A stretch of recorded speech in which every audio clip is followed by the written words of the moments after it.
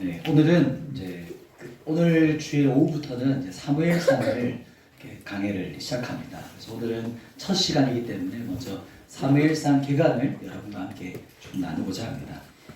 사무엘상은요, 이제 이스라엘의 역사 이야기 스토리입니다. 역사로 시작하는데 그 역사 중에서 왕이 어떻게 세워져 가는가에 대한 이야기로 시작해서 그 사무엘이죠. 마지막 사사인 그리고 선지자인 사무엘로부터 시작해서 초대왕, 이스라엘 초대왕이 누군지 아시죠? 사울이 등장하고 그리고 이제 다윗이 등장하는 하나님의 마음에 합한 사람. 그래서 다윗이 등장하면서 사무엘상이 이제 마무리되어져 갑니다. 오늘은 이제 사무엘상 앞부분 이제 사무엘상을 보게 될 텐데 사무엘상을 이제 오늘 특별히 보고자 하는 것은 구조와 또 이제 사무엘상에 나타나는 핵심 인물을 조금 여러분과 나누고 싶습니다.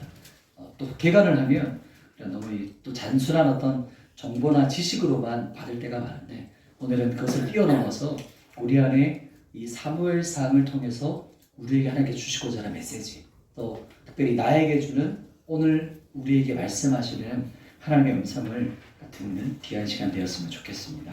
우리 함께 바로 들어가 보도록 하겠습니다. 첫 번째는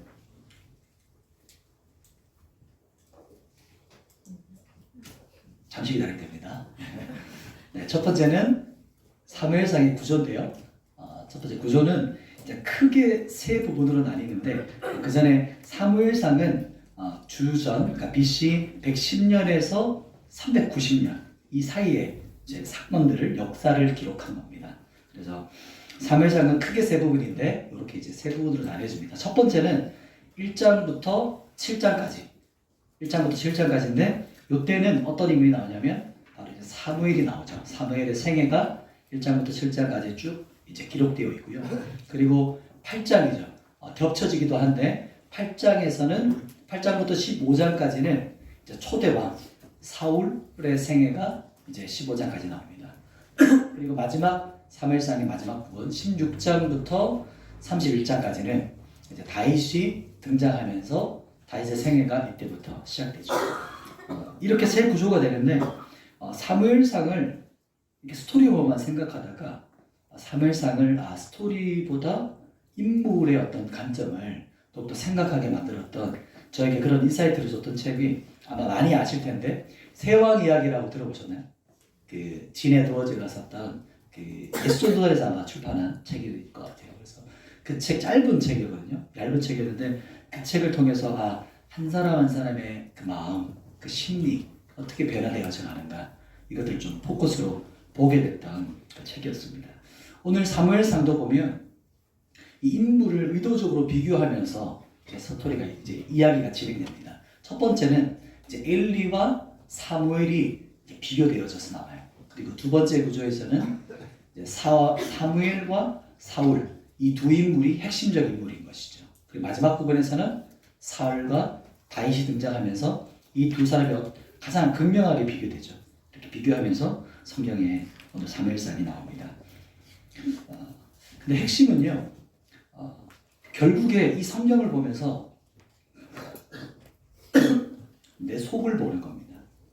성경 이야기를 보고 성경 어떤 지식으로만 딱 끝이 나면 하나님께서 원하시는 의도가 하나도 우리가 진행되지 못한 겁니다. 성경을 보면서 주님께서 우리에게 원하시는 의도는 이 인물을 보면서 내 속을 보는 거예요. 어떤 의미냐면 사무엘을 보면서 내 안에 사무엘을 찾아내는 것이고 엘리를 보면서 내 안에 엘리가 뭐가 있나 이렇게 찾아내시는 겁니다. 사울이 있죠. 사울이 내 안에 어떻게 지금 꿈틀대고 있는가. 그러면 다윗을 보면서 내 안에 다윗은 어떤 모습일까. 이렇게 스스로에게 계속해서 질문을 던지시는 겁니다. 그래서 성령 하나님께서 조명하실 때 내 속사람을 비추실 때 그 인물을 비교하면서 나까지도 거기에 비교하는 것이죠. 그래서 우리를 발견해 가는 것이고 진리의 말씀을 통해서 우리가 궁극적으로 고백하는 고백이 뭐냐면 내 속을 보면서 내 속이 정말 썩어 문드러 있구나.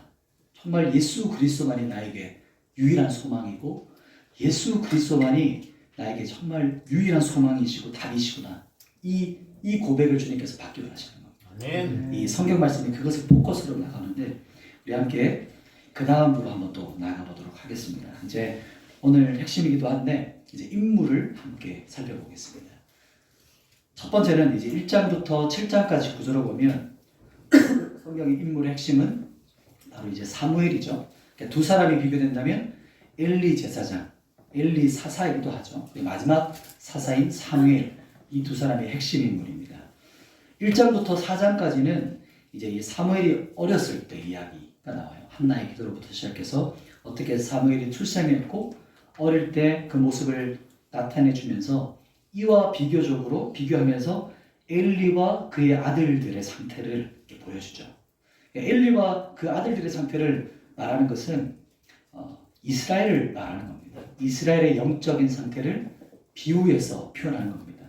어떤 의미냐면 한 나라의 지도자인 엘리예요. 그리고 제사장으로 섬겼던 그 아들들입니다.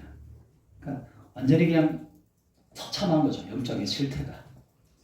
그리고 고통 속에서 한나가 기도하러 왔을 때 그 몸부림치면서 막 기도하는 그 모습을 보면서 엘리가 어떻게 진단했냐면 술주정하고 있다고 막 혼을 냅니다. 이것이 바로 이 당시 이스라엘의 영적인 어두움, 이 영적 실태를 우리에게 나타내 보여주는 이야기인 겁니다.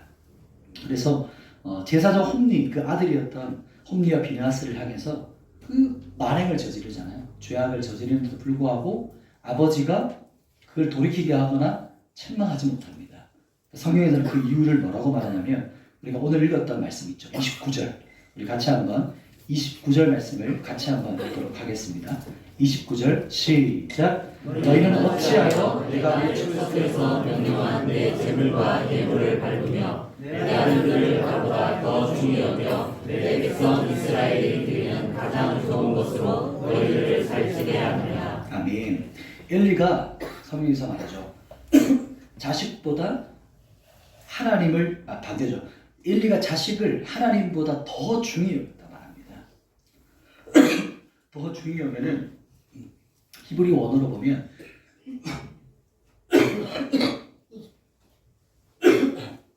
죄송합니다. 히브리 원어로 보면 카바드라는 단어를 씁니다. 원어로 카바드라는 단어인데 이게 어떤 의미냐면 무겁다, 그리고 영화롭다, 영광이라는 단어, 카보드라는 단어가 여기서 파생되어서 똑같은 어원입니다. 더 중히 여겨 이렇게 말하죠. 이 카바드는 또 30절 우리가 같이 봤는데 30절에도 또 반복되어지면서 두 번 나옵니다. 어떻게 나오는가 한번 여러분이 찾아보시면서 30절을 같이 한번 읽겠습니다. 시작. 그러므로 이스라엘의 하나님 나 여호와가 말하노라.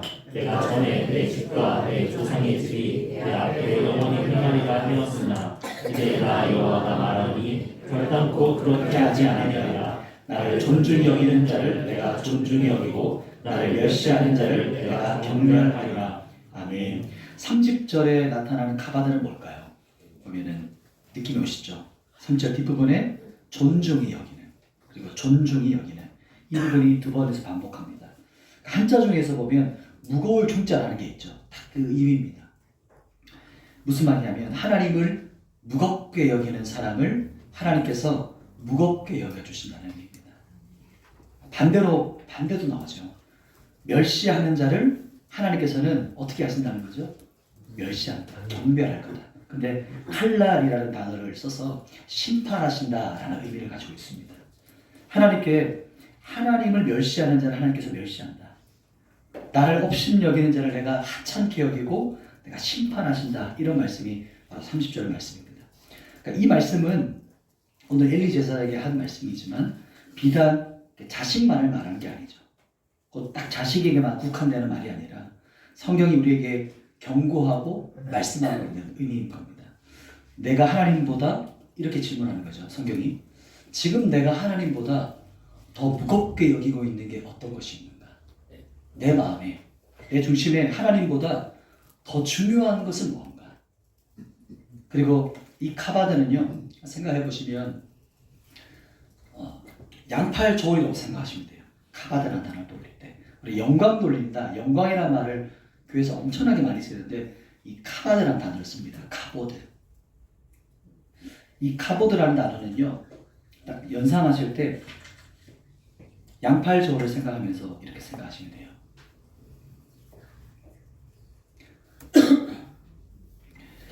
이렇게 생각해 보면 한쪽에다가 이제 하나님을 올려두는 것이죠. 하나님이라고 하면 말씀, 하나님의 말씀, 또 그분이 우리에게 주셨던 그 성경, 또 하나님의 영광을 또 표현합니다.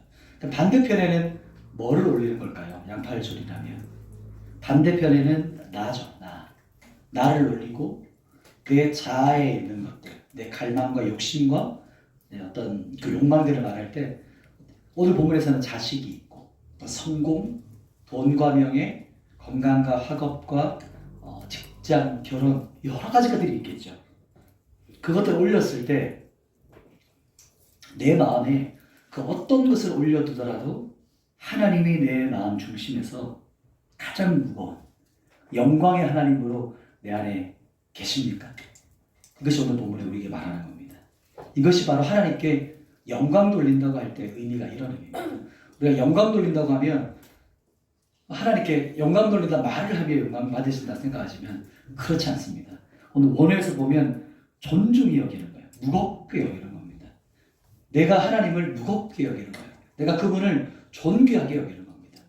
가장 가치롭게 여기는 것이 바로 그분이 나를 통해 영광 받으시는 방법입니다.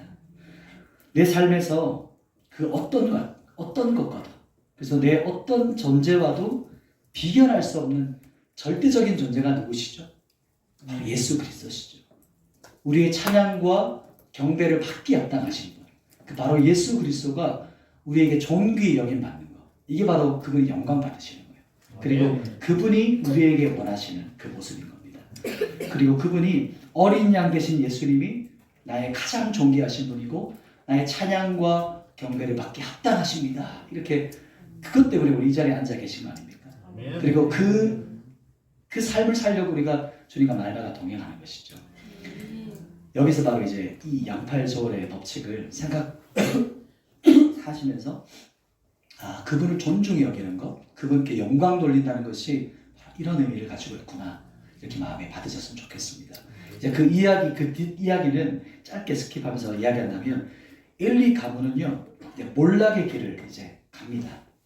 근데 그 이야기가 블레셋과의 전쟁이 있었죠. 블레셋과의 전쟁에서 법궤를 가져가요. 법궤 가져가면 하나님 임재하신다고 생각했어요. 이게 종교적 행위거든요. 뭘 하면 하신다. 그게 아니고 나중에도 말하겠지만 중심입니다. 마음이에요.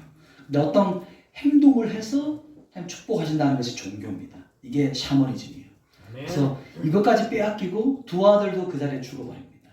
그리고 그 소식, 아들이 죽었다는 소식을 이 비대한 엘리가 듣고 의자의 뒤로 넘어져 죽습니다. 여기서 말하는 그때 표현했던 비대한이라는 말도 바로 이 카바드를 씁니다. 이제 무겁다는 거죠. 영적인 어두움으로 이제 이상과 말씀이 희귀했을 때, 그때 하나님의 말씀을 들었던 종이 누구죠? 사무엘이 하나님의 말씀을 들으면서 이제 한 나라의 지도자로서 이제 마지막 사사로서 이제 선지자로 이제 세워지는 것이 바로 첫째 구조의 이제 마지막 부분입니다. 이제 두 번째 구조로 넘어가면 두 번째 구조는 8장부터 15장까지 그래서 사울의 생애가 시작됩니다. 사울의 생애에서는 두 사람이 이제 비교되죠. 이제 첫 번째 등장했던 사무엘이 마지막 사사고 한 나라의 지도자로 등장하면서 왕을 세우는 이야기가 시작됩니다. 인간 왕을 구하는 겁니다. 이스라엘 백성들이 인간 왕을 구한다는 것은 끝이 아니고 하나님이 진정한 왕인 것을 거부한다는 거예요. 하나님 왕인 거 우리 못 믿겠다는 거예요. 눈에 보이는 게 좋겠다. 내 눈에 안 보이고 내가 만져지지 않으면 난 못 믿습니다. 아무리 하나님 왕이라고 해도 내가 못 믿겠다니까요. 이 거부와 반역이 바로 왕을 구하는 것이었습니다. 그때 그들이 세웠던 왕이 바로 사울이죠. 사울을 보면 겉모습으로 봤을 때는 정말 인간적으로 봤을 때는 최적의 지도자입니다. 그때 이제 전쟁과 어떤 그런 외적인 것을 강조했던 시대였기 때문에 그리고 게다가 사울은 초반기에는 겸손하기까지 했어요. 겸손한 왕이었고 남들 어깨 위에 이제 머리가 하나 더 있는 그런 사람이 사울이었거든요. 그런데 그 사울의 그 중심은 오래지 않아서 이제 드러납니다. 그 마음 속에 있는 게 뭔지. 이제 블레셋과의 전쟁에서 이제 너무 급박한 거예요. 너무 급해서 부득이하게 하지 말아야 할 제사를 본인이 집례하죠. 이때부터 하나님의 버림이 시작됩니다. 이제 15장에서는요. 15장에서는 하나의 사건이 또 일어나는데 그러니까 아말렉과의 전쟁이 또 일어나죠. 그런데 이때 아말렉을 진멸하라 이렇게 하나님께서 명령하세요. 헤림 전쟁을 선포하셨는데도 불구하고 어떻게 하냐면 부분적으로 순종합니다. 부분적으로 순종한다는 게 뭐죠? 불순종했다는 것이죠. 어떻게 했냐면 오히려 내가 볼 때 좋은 걸 남겨놨어요. 내가 생각에는 이걸 통해서 하나님 제사 드리면 좋겠다. 이걸 남겨놓은 겁니다. 그리고 어떻게까지 하냐면 아말렉과의 이 승전을 기념하기 위해서 자기를 기념하는 기념비를 세워요. 이게 이제 사울 안에 드러나는 모습인 거죠. 우리가 불순종할 수 있고 우리가 넘어질 수 있습니다. 우리가 연약하기 때문에 자빠질 수 있어요. 그런데 결정적인 것은 사울에게 결정적인 것은 뭐냐면 불순종보다 하나님의 책망의 말씀, 하나님의 말씀을 듣고도 어떻게 하지 않았죠? 회개하지 않는 겁니다. 이게 결정적인 겁니다. 다윗도 똑같이 잘못했잖아요. 다윗은 그 자리에 엎드리죠. 눈물로 통곡합니다. 그러나 사울은 그러지 않아요. 왜 그렇게 했냐면 사울은 자신이 왕이라는 그런 어떤 그 체면 때문에 통곡하며 회개하지 않습니다. 여기서 우리가 잘 알고 있는 말씀이 나오죠. 바로 사무엘상 15장 22절 말씀인데 우리 같이 한번 읽어보도록 하겠습니다. 사무엘상 15장 22절 같이 읽습니다. 시작. 사울에게 이르되 여호와께서 번제와 다른 제사를 그의 목소리를 존중하는 것을 좋아하시기 없이 좋아하시기 못하니까 순종이 제사보다 낫고 듣는 것이 신랑의 듣기보다 나으니. 아멘. 이후에 사울은 이제 내리막길을 달려갑니다. 사울 안에 이제 그 안에 있었던 그 비교의식과 열등감, 또 수치와 그 안에 있었던 분노와 이 질투에 눈이 벌어서 사울의 인생이 다윗만 쫓아다니다가 끝이 나요. 그런 인생으로 허비하다가 끝을 냈습니다. 이제 마지막 세 번째, 오늘 가장 중요한 이제 다윗이 등장하죠. 세 번째 구조는 16장부터 31장까지 이야기입니다. 이때는 사울과 다윗이 핵심 이제 두 인물입니다.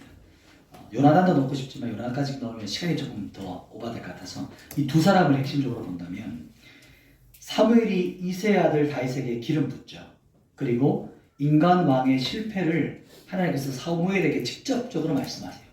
그 말씀이 바로 17장 9절 말씀인데 우리 사무엘상 17장 9절 제가 아마 PPT에 못 넣은 것 같습니다. 17장 9절 말씀을 같이 한번 성경 있는 분들은 보시면서 읽었으면 좋겠습니다.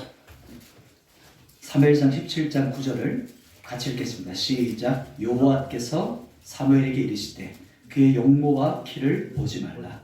내가 이미 그를 버렸노라. 내가 보는 것은 사람과 같이 아니하니 사람은 외모를 보거니와 나 여호와는 중심을 보느니라 하시더라. 아멘.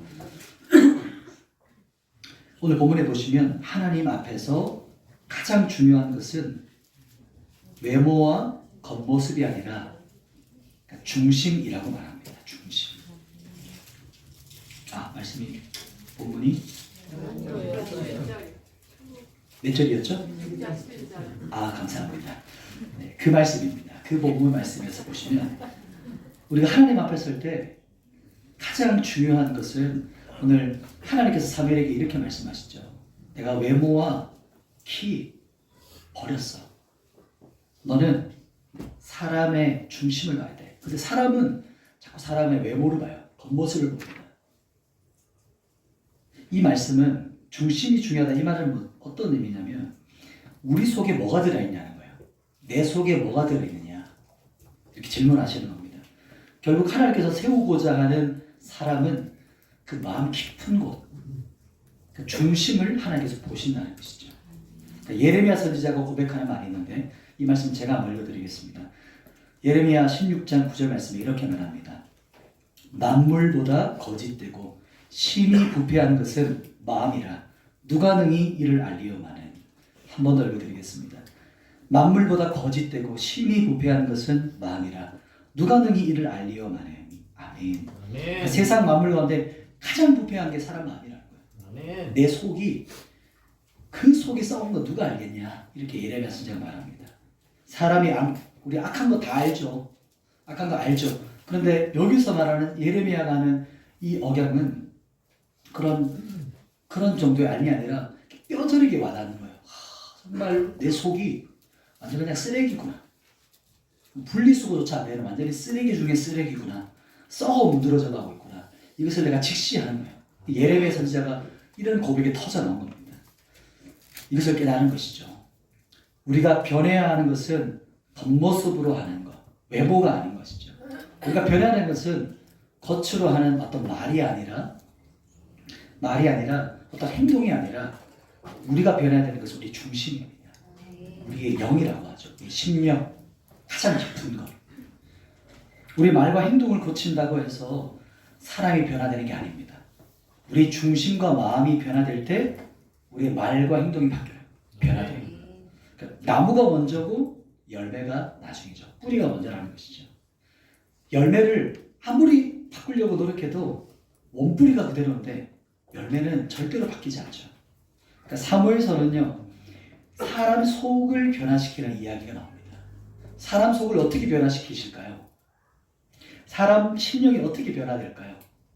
그것이 바로 다윗을 통해서 볼 수 있습니다. 하나님께서 다윗에게 왕의 수업을 하시거든요. 그 왕의 수업이 언제죠? 어디서 진행하실까요? 광야입니다. 광야. 광야에서 그 사람의 속사람이 다루어집니다. 고난이라고도 말하네요. 근데 어떤 고난이 왔을 때 어떤 사람은 박살나고 깨어지기도 하는데 어떤 사람은 그 심령이 변화되어져요. 이것을 주님께서 성경에서 우리에게 원하시는 정말 가장 중요한 주제입니다. 그래서 사무엘서뿐만 아니고 신약까지 연결되어지는 가장 중요한 포인트이고 가장 중요한 주제이죠. 이 부분은 나중에 조금 더 나눌 수 있을 때 나누도록 하겠습니다. 그때 이제 소년 다윗이 등장하죠. 이제 악령에 들렸던 사울과 대조적으로 소년은 이제 그 악기를 연주하면서 사울 안에 있었던 악기를 쫓아냅니다. 그러니까 기름 부음이 있었던 거죠. 성령의 은혜가 있어서 그 연주를 받는데도 그 안에 어둠이 떠나가는 거예요. 빛이 비춰진 겁니다. 이것이 바로 세상에 이제 세상 가운데서 빛으로 살아가는 사람, 이제 다윗을 보면서 우리가 발견할 수 있는 것이죠. 또 다윗은 목동이었기 때문에 우리가 충분히 상상할 수 있는 것은 다윗이 그 양들을 치면서 그 푸른 초장에서 예배하는 모습, 찬양하는 모습, 그런 모습이 충분히 상상이 되시죠. 광야에서 예배했던 그 모습이 그냥 다윗의 실체, 그냥 딱 그 모습인 겁니다. 하나님과 홀로 있었던 그 독대했던 모습, 그게 그냥 다윗이 살아갔던 삶이었던 겁니다. 그리고 또 세상에서 잘 알려졌던 사건이 하나 있죠. 이제 골리앗, 다윗과 골리앗이죠. 이때 보면 우리가 믿음으로만 생각할 때가 있는데 이 믿음뿐만 아니라 하나님을 너무나도 사랑했던 다윗이. 그래서 하나님의 이름이 그 이름이 더럽혀지고 있잖아요. 하나님의 명예가 더럽혀지는 것에 대한 그 분노, 다윗 안에 있었던 그 하나님을 향한 그 거룩한 분노인 거예요. 그래서 내 목숨을 뺏길 거 알잖아요. 어찌 보면 내가 나가면은 저 골리앗이라는 사람 내가 죽을 것 같아요. 그런데 이 거룩한 분노 때문에 뛰쳐나가는 거예요. 이게 바로 세상 앞에선 다윗의 모습을 나타내는 것이죠. 그리고 이때 이제 다윗이 골리앗을 죽이고 그 사건을 통해서 요나단과 다윗이 연인보다 뜨거운 사랑, 동성애가 아닙니다. 이걸 이상하게 해석하는데 정말 뜨거운 하나님이 주시는 사랑이에요. 그 동역자. 이게 바로 교회 안에서 일어나는 일이거든요. 하나님을 사랑하는 자들이 만나면 더 깊게 사랑하는 거예요. 이게 바로 다윗과 요나단의 우정 관계입니다. 이때부터 다윗은 만만으로 올라가고 사울은 천천히 내려갑니다. 다윗은 사울의 손아귀에서 이제 도망치면서 온갖 고생을 해요. 이제 온갖 수모, 수치, 고생길을 걷습니다. 자기는 잘하려고 하는 거거든요. 근데 계속 광야를 몰아붙이십니다. 도망자 신세. 그리고 또 하나 더 하는 것은 도망쳤는데 도망친 곳에 누가 오냐면 환난 당한 자, 도망친 자, 원통한 자 이런 자들 다 몰려와요. 400명이나 몰려옵니다. 뭐 한두 명이 아니에요. 매일마다 얼마나 힘들었을까요, 다윗의 심령이 얼마나 그 많은 사람들과 부딪히면서 온갖 심령들이 이제 준비되어져 갔던 것이죠. 이때 참 아이러니하게도 이때 다윗을 통해 세울 하나님의 왕국이 준비되었습니다. 이 400명의 함께했던 사람들을 통해서죠. 다윗은 이제 광야 노숙자죠. 쉽게 말하면 도망자, 노숙자 이렇게 막 돌아다니다가 근데 그 모습을 보면서 사무엘상이 나타나거든요. 그 모습이 하반기 뒷부분에 가장 중요한 부분입니다. 도망 다닐 때 그냥 도망 다니지 않았어요. 막 빠르게 막 확 다니는 게 아니고 어떻게 다녔냐면 하나님께 물어요. 이렇게 묻습니다. 이렇게 묻고 듣고 순종합니다. 이게 다윗의 패턴이었어요. 그리고 다윗이 왕이 돼서도 똑같아요. 묻고 전쟁하고 승리하고. 여호와께 묻는다는 게 어떤 의미일까요? 여호와께 물었다. 기도 좋습니다. 여호와께 묻는다는 것은 기도라는 의미도 있지만 이렇게 또 해석할 수 있겠죠. 내 생각과 내 계획 내려놓고 주님의 음성을 듣겠다는 의미예요. 그러면 듣겠다는 의미가 뭐냐면 순종하겠다는 전제가 있는 겁니다. 내가 주님 순종하고 싶은데 말씀해 주세요. 그러면 순종의 전제가 없으면 하나님의 음성이 들릴까요? 들려지지 않습니다. 그래서 묻는다는 것을 우리가 한다는 것은 순종하겠다는 마음을 고백하는 겁니다. 주님 말씀해 주세요. 주님 제가 듣겠습니다. 주의 종이오니 제가 듣겠습니다. 이게 바로 순종을 전제로 하는 질문을 말하는 겁니다. 이게 바로 다윗이 가지고 있었던 중심이에요. 다윗의 핵심 키워드입니다. 언제나 어떤 상황에서 얼마나 급박했습니까? 바로 코앞에까지 와닿았을 때 어떻게 할까요? 막 묻고 움직이거든요. 사람들이 돌 들고 지금 나를 때려 죽이려고 하는 그 상황에도 다윗이 물어요. 참 이 다윗의 중심을 우리가 볼 수 있는 거죠. 가장 급박할 때, 가장 어려울 때, 가장 힘겨울 때 그 사람의 속이 탁 나와요. 가장 깊은 것이 나오거든요. 다윗이 바로 이것이 있었던 겁니다. 그때 하나님께 묻는 것이죠. 우리가 다윗이 정말 잘했어요. 이것으로 끝이 나면 안 되겠죠. 성경이 우리에게 말하는 것은 뭐냐면 우리가 하나님께 지금 묻고 있느냐는 거예요. 내가 어떤 것을 결정할 때, 내가 어떤 것을 움직일 때, 내가 살아갈 때 내가 묻고 있냐? 이렇게 성경이 우리에게 질문하고 있는 겁니다. 권면하고 있는 겁니다. 우리가 다윗처럼 묻는다는 것은 우리가 하나님의 말씀 듣고 싶다는 거예요. 순종하겠다는 의미를 가지고 있는 겁니다. 그러면 반대로 한번 생각해 볼까요? 내가 묻지 않는다. 주님과 동행?